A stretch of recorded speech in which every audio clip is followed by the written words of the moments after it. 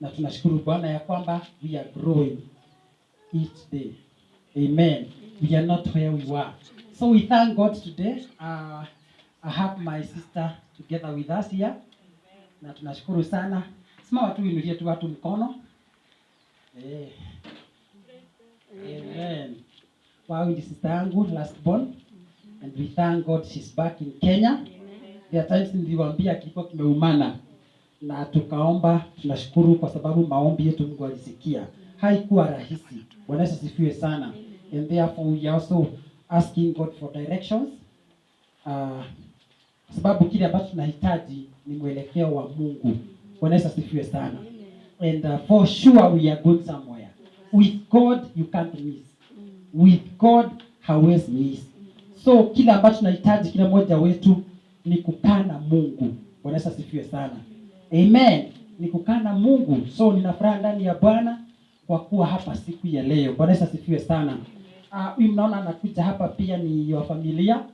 Yeye ni wife ya yule kijana wetu anakujaga ule kazini yangu anaitwa Maina. Huyu ni bibi yake na tunashukuru sana sana. Pia tuko na Mamrecho. Karibu hapa tena. Tunashukuru kukuona. Amen. So corona ikiisha nitahakikisha nimekuja kambi. Corona ikiisha nitahakikisha mimi napitaga hapo. Like juzi nilipitia hapo nikasema sasa isipokuwa ni corona najua sitakubaliwa ningeingia, but nashukuru Mungu kukuona tena. Naomba kwamba Mungu azidi kukubariki na kukuinua kila siku. Bwana Yesu asifiwe sana. Amen. So we thank God because of time, not unless there is somebody with a testimony that wants to tutakubalia. You know with the testimony? Wow, kama hakuna basi tunashukuru Mungu itakuja. Bwana Yesu asifiwe sana. We are the people who make testimonies. We are the testimony makers. So when there is no testimonies, then there is something we are not doing in a better way. So lazima tusukume mpaka muujiza utendeke. Bwana Yesu asifiwe sana. Miujiza ingine ni kuforce ina force yangu. Miujiza ingine you force miracles. Bwana Yesu asifiwe sana. Yes, you force miracles to happen. You push until something happens. Bwana Yesu asifiwe sana.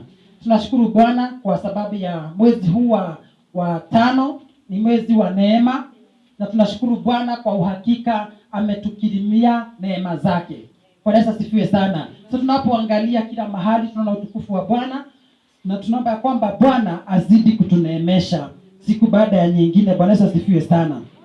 Amen. Wale ambao tulikuwa hapa last time, we talked about I've not taken the book that I wanted, the other one. So hii nyingine kuna vitabu mbili leo. Amen.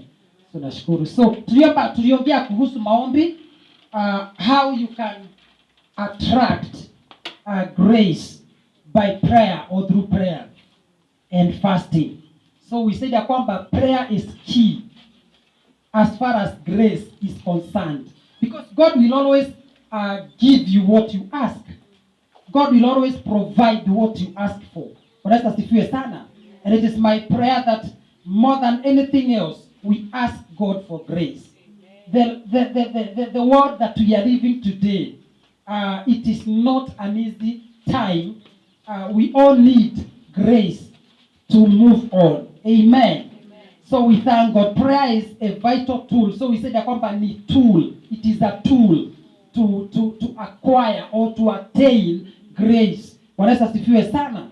Amen. So we said that kwamba fasting is big time business with God, whereby you stay away from people, you stay away from food, then you have time to talk to him and also to listen to him. That is what we said. And therefore all of us are entitled to the same, so that we acquire grace. Prayer and fasting is mandatory. Bwana Yesu asifiwe sana.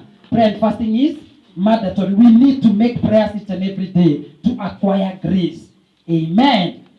And we said that the reason why we fast is to overpower all opposition or opposing forces. Tukasema kwamba life has oppositions. Now for us to deal with those oppositions, it is by fasting. Tukasema kwamba Jesus alisema kwamba some demons hawasikiangi mpaka watu wafunge na waombe. So alisema kwamba it is when you pray and you fast, some demons haziwezi enda. Bwana Yesu asifiwe sana. Therefore we need to pray and fast. So we said kwamba we also pray to provoke divine speed or intervention, divine speed intervention. So every time we pray tunaharakisha. Ushawahi pika ugali unaona mpaka kama haivi. Venye mtoto analia, sema nipe. What does that mean? Inafanya either uongeze moto ama kama ni ya kuni unasukuma kuni ndani ili ugali iive haraka. So every time you are praying, your Father in heaven anaharakishaga answer yako. Unaweza sifiwe sana, so that usizidi kuumia, usizidi kugojea. So the more you are praying, the more hiyo kitu inakuja. Unaweza sifiwe sana. Now inakuwaga kali sana now when you fast. Inaonyeshaga ya kwamba you are eager waiting for the thing. Unaweza sifiwe sana. You are desperate for it. And that is my prayer for all of us. Let us make prayer and fasting. Thursday is our day of prayer. Make sure you are praying. Make sure you're fasting. Believe God and trust God for something to happen in your life in Jesus' name. Amen. So tunashukuru Bwana kwa umbali ambao ametuleta. Yeye ni mwaminifu kwa kila jambo. So mpokee salamu za prophet. Tulikuwa na mkutano jana Nyahururu na ulikuwa mkutano wa kutusaidia. Bwana Yesu asifiwe sana. Jana alifunza vitu ambavyo nilikuwa nasema I wish tungejua mapema. Tutafute gari tupeleke watu, because it was ni mkutano ambao ulitufaidi sana. Ni mkutano ambao ulitusaidia sisi na watu ambao walikuwa, although ilikuwa mkutano ya watu wa West, but we thank God for everything. We learned something, and one of these days tutafanya hizo mikutano kidogo tujifunze pia kutokana na kile ambacho tulifunzwa, sababu kile ambacho walinaandika si kwa sababu yangu, ni kwa sababu yetu. Bwana Yesu asifiwe sana. So one of these days tutapanga mikutano kidogo ya watu wachache ambao tutajifunza kitu ya kutusaidia kufanya kazi ikuwe more effective. Bwana Yesu asifiwe sana. Ya kutubuild, because every army that is not trained itapigiwa kwa mlango wa uwanja wa vita. Training ni muhimu sana. Bwana Yesu asifiwe sana. Ambao kila mtu sasa lazima uamini Mungu. Hata kama itabidi ununue kitabu kusoma about leadership, kusoma about ministry, usome tu uelewe. Bwana Yesu asifiwe sana, na itakuwa muhimu. So today we are dealing with divine guidance.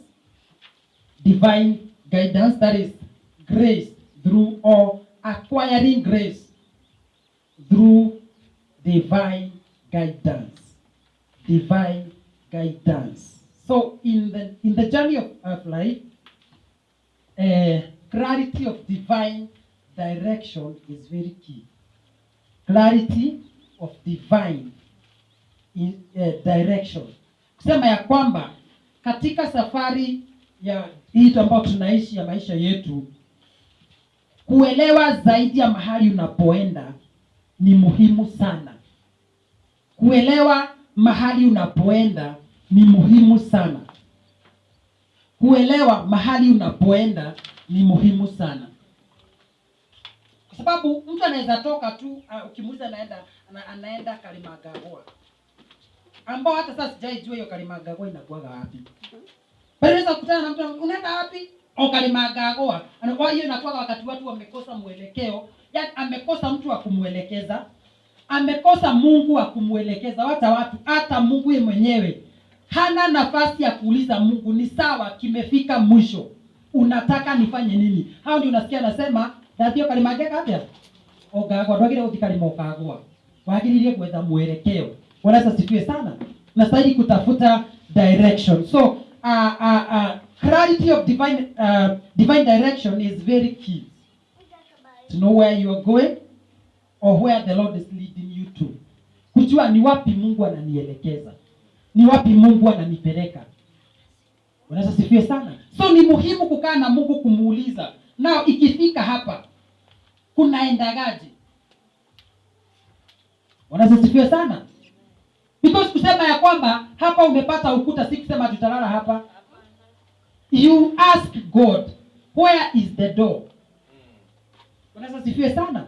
Instead ya kukamata ushike unakuja pande unashika unaenda pande unashika pale mpaka you can stand here and tell God, now I am stranded, I need direction. Unaweza sifiwe sana. Nimefika mwisho, mimi ninaomba ya kwamba unielekeze, nionyeshe ni wapi nastahili kuenda, nionyeshe nini ambacho nastahili kufanya. Unaweza sifiwe sana. The clarity of divine direction is very important. You are clear where you are going. You know for sure where you are going, where you are headed to. Unaweza sifiwe sana. Hawezi hengeshwa mahali unajua mahali unaenda. Mtu hata akienda kukuhengesha utajua for sure hapa nimedanganywa. Unaweza sifiwe sana. There is something that we call Google Map. Google Map will give you mahali utaingililia 50 meters from where you are. Tuseme like now, kuna ile barabara ambayo imepita hivi. So uko hapa unapanda juu, unaenda Kadiri Primary. Itakwambia 50 meters ahead. Kuna njia mbili, moja imepanda hivi, moja imepanda hivi. Na zote mbili, unaweza enda na zote mbili. Juu kuna hii ya chini imepanda juu, na kuna ile nyingine hapa ile pia imeenda juu. So inaweza kuambia you can use either this side or this side. But immediate njia ya kwanza imepanda, connect hiyo. So Google Map itakwambia. So hautakuwa na uoga, si kama mtu ambaye hajui mahali anaenda. Unaweza sifiwe sana. Many of us now, what we are calling divine direction or clarity of divine direction is that Google Map. It will show me mahali ninapoenda. So the same itakuambia mahali kuna junction. Itakuambia mahali kuna kona nyingi. Itakwambia, so itakuelezea, and also town ahead inaitwa aje. So hawezi potea sana. Now what we need now is that divine direction ambayo Mungu ndiye anakuongoza. So ukifika hapo unamwambia Mungu, I don't know where to go. Wewe si mtu wa kufanya kama vile watu wanafanya. So unafika kwa junction unatama mate. Unagonga. Then unasema mahali mate itaenda, ndipo nitaenda. No. You may miss. Unaweza sio sana. So what you need ukifika hapo, you ask God, now, where am I supposed to go? What am I supposed to do? Unaweza sifie sana. So it is important to know where God is leading you every time. Unaweza sifie sana. You need to know, where is God taking me? Unaweza sifie sana.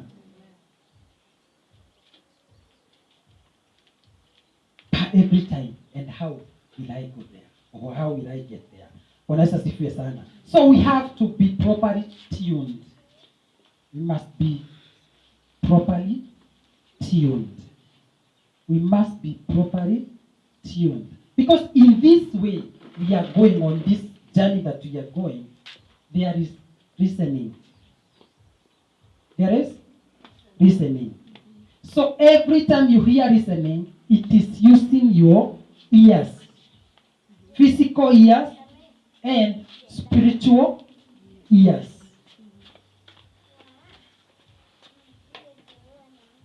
You know, tusema kwamba last time when Balaam could not say see spiritually, donkey has, punda ni lazima angelala ili aonyeshwe physically, because spiritually alikuwa blinded, hangiona na macho ya kiroho. Kwa sababu punda alikuwa na roho wa kuona danger. Now the man could not see, so ili Mungu amuonyeshe physically, because it is bad kutoona na macho ya kawaida na kutoona na macho ya kiroho. Ni mbaya sana. Wanaweza sifie sana. Hakuna upofu mzuri. Hakuna, either wa kiroho ama wa kawaida. When you don't see and you don't know where you are going, it is, you are in a danger zone. Wanaweza sifie sana. So you must tune to the correct frequency. Tune to the correct frequency to hear what God is saying every time. Ni lazima utune kwa frequency ambayo iko sawa ili usikie kile Mungu anataka ama anasema. So you tune into the right or correct frequency. That is inaitwa spiritual realm connectivity. You connect to hear what God is saying to me now. Unaweza sifiwe sana. What is God saying to me now? Where do he want me to go? Very important. Unaweza sifiwe sana. So divine guidance is a lifetime or lifelong task. Wewe sema ya kwamba sasa kwa sababu umefika Nairobi hauhitaji directions tena. Utafika Nairobi then ukae hapo. Ugoje. Uelekezwe. Now from there you are heading to this, you are headed to this. Lazima ujue mambo ya rain. You see? Lazima ujue mambo ya rain na road ukiwa Nairobi. Vitu mbili muhimu. Kuna rain na kuna road na kuna street. So you must understand all those. Now if you don't know, unaenda kwa Google Map. Now we do not need to hiyo sababu si mambo ya simu, sasa mambo ya kiroho. Tunastahili sasa ku-engage spiritual forces ambazo ni za kiungu. Zikusaidie ama zitusaidie the directions that we need to take to get where we are going. Bwana Yesu asifiwe sana. Amen. So we must recognize that the Holy Spirit is a person. In this case, we need the Holy Spirit. Everywhere you are going, engage the gear of the Holy Spirit. Let him direct you. Bwana Yesu asifiwe sana. Ni kazi ya Roho Mtakatifu kuelekeza. Kwa hivyo ni muhimu engage Roho Mtakatifu. Hapa ndipo namwambia Roho Mtakatifu, ninaomba leo mimi nimefika mwisho. Bwana Yesu asifiwe sana. Mimi sijui nitafanya nini. So before upigie mtu mwingine simu umuulize. Wata yule ambaye atakuja ataconfirm kile Roho Mtakatifu amesema. Bwana Yesu asifiwe sana. So unasikia mara ya kwanza unamuuliza unataka nifanye nini? Unahakikisha amejibu. Mara ya pili unahakikisha amejibu. Then if you have to call someone, tell God, me I want this person to confirm. Bwana Yesu asifiwe sana. Let the person confirm. If what he will say is not your will, let me know. Bwana Yesu asifiwe sana. Wacha nijue kama si neno lako ama si mapenzi yako. Bwana Yesu asifiwe sana. So he speaks from the Father to guard or to guide my steps. In other words, the Holy Spirit will be enlightened. Ataambiwa, atajulishwa na Mungu Baba akuelekeze. Bwana Yesu asifiwe sana. Atatumwa ili akuelekeze. So maisha yakifika mwisho, mambo yakiwa mazito na magumu, then you ask the Holy Spirit. Now tuko hapa. Wale ambao tulikuja hapa Thursday, tuliona how we need to engage into the spirit of prophecy. Spirit of prophecy comes by Holy Spirit. He will tell you what to say. He will put words in your mouth. Na tukaona ya kwamba Ezekiel aliambiwa atabiri kwa mifupa mikavu. According to him, his human ability, akasema siwezi, I don't know, but you know. Inaweza akaambia kwamba tabiri. Now what you need today is that the Holy Spirit speaking to you. Because God was speaking to Ezekiel. And akaelekezwa, prophesy, call wind. You see? Now you need also to have a time with the Holy Spirit. Let him direct you. Let him show you where to go. Bwana asifiwe sana. So every time you are looking for directions, I tell you the truth, hautapotea. Bwana asifiwe sana. Hautapotea. Amen. So when we follow the leading of his person, that is the Holy Spirit, his power accompanies us. Wakati ambapo tunafuata mwelekeo wa Roho Mtakatifu, nguvu zake zinaenenda na sisi. What does that tell us? If now I want to do something in my life, as I call him, I involve him. We start a journey with him. In other words, his ability, his power to do things will be imparted into my life in a way that I will be able to do things in an extraordinary way. Wakati watu wengine watashindwa, because I have an extra power, nitaweza kushinda. Kuna uwezo ambao unawekwa ndani yangu wa kunisaidia kufanya kile ambacho nilikuwa nataka kufanya. Bwana asifiwe sana. So atanitia nguvu. Kama nikifanya biashara, utafanya biashara kama si mtu wa kawaida. Hapo ndipo nasemaga unaendea kamote. Kwa sababu gani? The way customers are coming into your business ni extraordinary way. Wana queue. Bwana asifiwe sana. Even when you don't have the right the best commodities, but they are queuing there. Hawataki, kibali ya Roho Mtakatifu kuwa juu yako, watu hawaangaliagi usawa wa hiyo kitu. So God will bring people in an extraordinary way.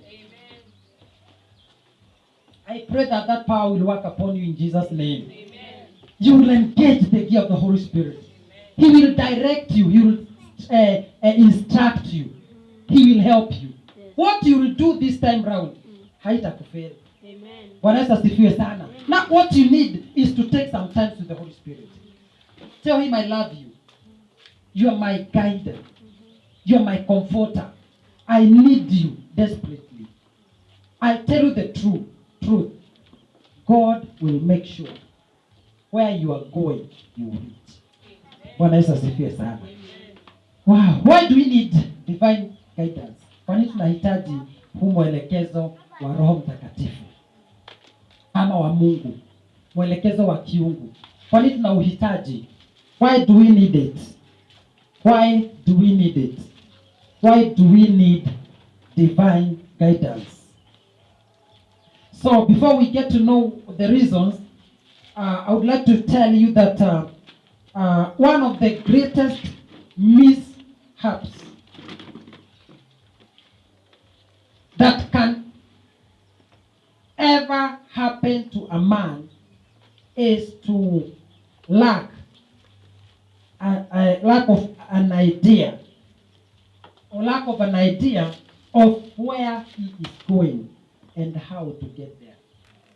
Kama kuna kitu mbaya inaweza tendeka kwa mtu, ni wakati ambapo hajui ako wapi, anaenda wapi, na ataenda vipi. Bwana asifiwe sana. Kama kuna kitu inaweza tendeka mbaya, it is when you do not know where you are right now. You cannot tell where you are now. You cannot tell where you are going. You cannot tell how you will get there. Bwana asifiwe sana. There are some places you need to know exactly where you are going. And you must know where you are going. Like now there is kuna mtu aliletwa kwa TV. Walikuwa wanasema ya kwamba huyo mtu hauwezi sema ameruka kichwa. Hauwezi sema kuna shida. Alikuwa mama. And now angeulizwa majina ya watu, alikuwa amesahau. Directions za kwao alikuwa amesahau. Majina ya kwao alikuwa amesahau. So walikuwa wanauliza, how can we help this person? Hajui mahali ametoka, lakini kuna majina anatajaga. Alikuwa anasema kwamba the times anasema kwamba fulani ataendea mbuzi na ng'ombe, so yeye ndiye anakuja na nini But nilikuwa nasema kwamba she's so jovial, ako na furaha, social. Uwesema ako na shida, even cooking and also serving. Uwesema ako na shida, wataulize kwa wapi? Hawezi kumbuka. Aulize watu wao, hawezi kumbuka. But wakati ako na furaha, kuna maneno inatokaga tu kwa kichwa. So unasikia amesema jina fulani. Lakini sasa hawezi linganisha hii jina ametaja ni nani kwake. Mtu ambaye hana mwelekeo anakaaga hivyo. Hata akifika. And you know what? God will always follow your heart. Mungu atafuata roho yako. Usikie kwamba there is a time Mungu atanyamaza hivi aone unastahili kuwa mahali fulani ya kuchukua kupeleke. Hapana. God will always wait until you specifically say what you want. Mungu anaga shida na watu wa kifua, kujipiga kifua. Na kwa kina kazi na wao. Hapana. If mtu amesema kwamba I can read myself, I don't need God's help. Mungu ataachilia huyo mtu. Atamwachilia kabisa until you be desperate for guidance.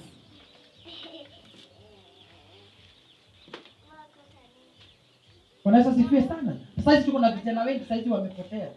Kwa sababu gani? Hawataki kuambiwa. Every time you talk to him, anaona ni kama dunia sana yake sasa hivi. You know, juzi kuna mtu aliniambia the story ambayo niliwaambia juzi. Hiyo place ambayo nilikuwa nakwambia ndio wanajidungaga hiyo dawa hapo Nairobi Tiruni. Hapo hivyo. So you find that those people wanavuta bangi hapo. Then wanajidunga hapo. Na sisi wanajificha. It is not something that they are hiding. Now ile kitu ambayo inaweza kuwa mbaya kwao is when now unaanza kuambia. They ask you, is it your life? Is it your concern? Live your life. Leave us. Wachana na sisi. So in other words, that person hataki kuelekezwa, hataki kujua mahali yako, hataki kuambiwa mahali anaelekea, na hataki kujua. Life is okay with her or him. That's a bad life. Mtu ambaye hawezi elekezwa, mtu ambaye hawezi correctiwa, mtu ambaye hawezi instructiwa, huyo ni mtu ambaye anapotea. Bwana Yesu asifiwe sana. Every time, even in life, hata nyinyi mnajua how you talk to your sons and daughters. And sometimes unaona kitu inafanyika unasema haki kama angenisikia hiyo ingefanyika. Kama angenisikia haingefanyika. Sasa the same happens in the spiritual side of it. When God is waiting for you, you ask for help. But you are not calling him. Anasema kwamba mnakosa kuniita kwa wingi kwa nini? Sometimes anatuita kuja tusemezane. Just come and we discuss. But we do not have time. Unaweza sifia sana. Our sons kama wanatusikiza, kama wanaketiki chini kutusikiza, and then wanafanya kile ambacho tumewaambia. I tell you the truth, hakuna mtu angekuwa na maisha bora kama watoto wetu. One, sisi tumepitia. Unaweza sifia sana. Na tunamwambia out of experience and out of love. Mwambia my son please, my daughter please, don't do this. This one haitakuletea faida. Itakupotosha, itakuletea hiyo madhara na nini. But when they don't hear you, you see how the life goes. Now, the same happens when you don't have time with the Holy Spirit. Things go wrong. Akiangalia makitazamia. Bwana asifiwe sana. Naomba kwamba to tune into the Holy Spirit. Wacha tutamani, wacha tupende na tutake ya kwamba Roho Mtakatifu atatuongoza. Bwana Yesu asifiwe sana. Amen. Amen. So number one of why we need divine guidance is that most of the decisions we take are out of human assessment and assessment of situations. So katikati ya maamuzi ambayo tunafanya inalingana na assessment. Wewe ukifanya assessment ya mambo ambayo unapitia, then una make decision hapo. That is why we need the Holy Spirit. We need the divine guidance. Because sasa wewe saa hizi ukifanya maamuzi kwa sababu kuna njaa. Una sasa. So unaamua ya kwamba leo nitafast. Kwa sababu gani? Hata hakuna lunch. So leo niko fasting. Si kwa sababu kama kungekuwa na food, ungefast. So unaangalia unaona unafanya mahesabu yako. Leo kwa sababu hakuna nini, sinifanye niko fasting. So hiyo ni mfano ninatoa ya vile watu wanafanya maamuzi kulingana na kile ambacho wanapitia. Unaweza sifiwe sana. So nasema kwamba kulingana na kifedha, hali yangu ya kifedha, mimi siwezi fanya hivi na hivi. So una make decision out of lack of money or finances. But that was not the way that you are supposed to follow. Labda najua story ya John the Baptist alipozaliwa. Because there is what God wanted and there is what their family wanted. So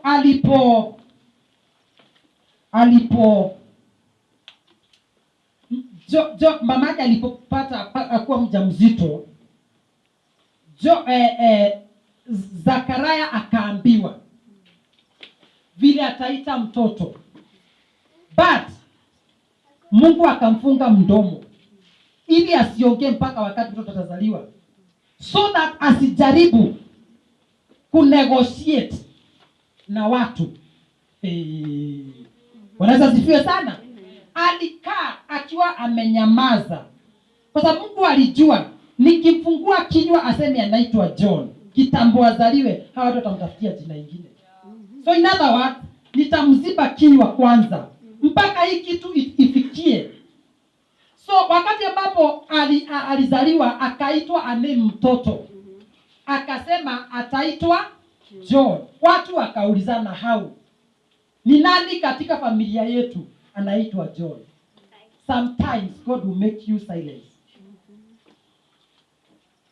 When Mungu anataka kitu kizalike, hataki mtu aongeongee.